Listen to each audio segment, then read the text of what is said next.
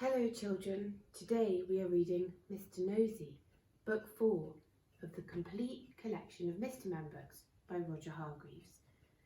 As usual, I have my friends with me, Sean the sheep and Molly the mummy with her little baby, Bear. So everybody sit quietly and the story shall begin. Mr. Nosey.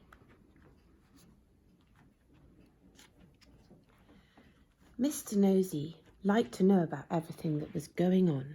He was always poking his nose into other people's business. Mr. Nosey was the sort of a person who, if they came upon a locked door, couldn't resist looking through the keyhole to see why the door had been locked.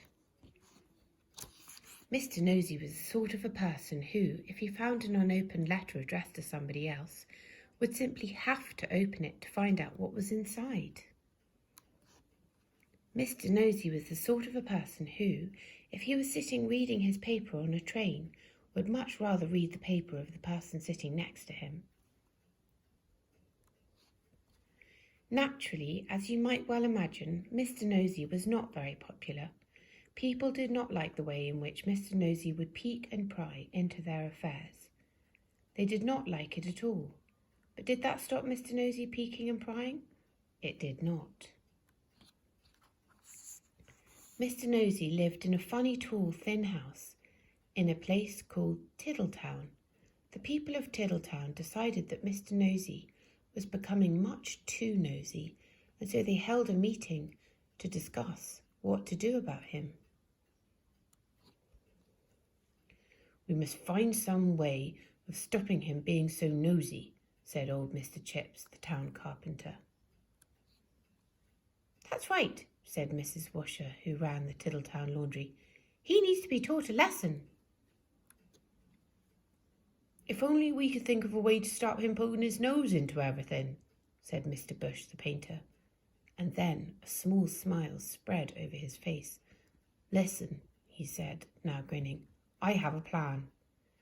All his friends gathered round to listen to his plan. The following morning, Mr. Nosey was out walking along Tiddletown High Street when he heard somebody whistling behind one of the closed doors. "I wonder what's going on here," he thought to himself, and tiptoeing up to the door, he quietly opened it and peeped in.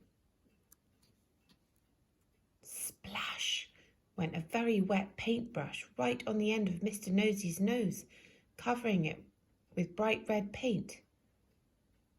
"Oh dear, I am sorry," said Mr. Bush, who was painting the inside of the door. Poor Mr. Nosey had to go straight home to try and remove the red paint, which was very difficult and rather painful. Mr. Brush chuckled to himself. The plan had begun. The following day, Mr. Nosey was walking past the laundry when he heard somebody laughing on the other side of the wall. "I wonder what's going on here," he thought to himself, and standing on tiptoe, he looked over the wall. Snap went a clothes peg right on the end of Mr. Nosey's nose. "Oh dear, I am sorry," said Mrs. Washer, who was hanging up clothes on a washing line on the other side of the wall. Poor Mr. Nosey removed the clothes peg and went off down the street, feeling extremely sorry for himself and for his poor red nose. Mrs. Washer chuckled to herself. The plan was working. The next day, Mr. Nosey was going past a fence when he heard hammering. "I wonder what's going on here," he thought to himself, and creeping very quietly to the end of the fence, he peeped round. Bang went a hammer right on the end of Mr. Nosey's nose. "Oh dear, I am sorry," said old Mr. Chips, who was nailing up a loose plank in the fence. Poor Mr. Nosey had to go home immediately and bandage his poor red sore nose. Mr. Chips grinned a broad grin. The plan was working very well indeed. The following day, Mr. Nosey was walking in the woods when he heard somebody sawing wood. "I wonder what's going on here," he thought to himself, and he crept up behind a tree. He was just about to peer out from behind the tree when it suddenly occurred to him that if he did, something very nasty might happen to his nose. And so he went on his way without being nosy. Behind the tree, with the saw raised in his hand, stood Mr. Herd the farmer.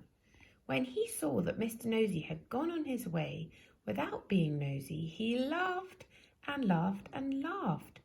The plan had worked. Mr. Herd hurried into Tiddletown to tell everybody.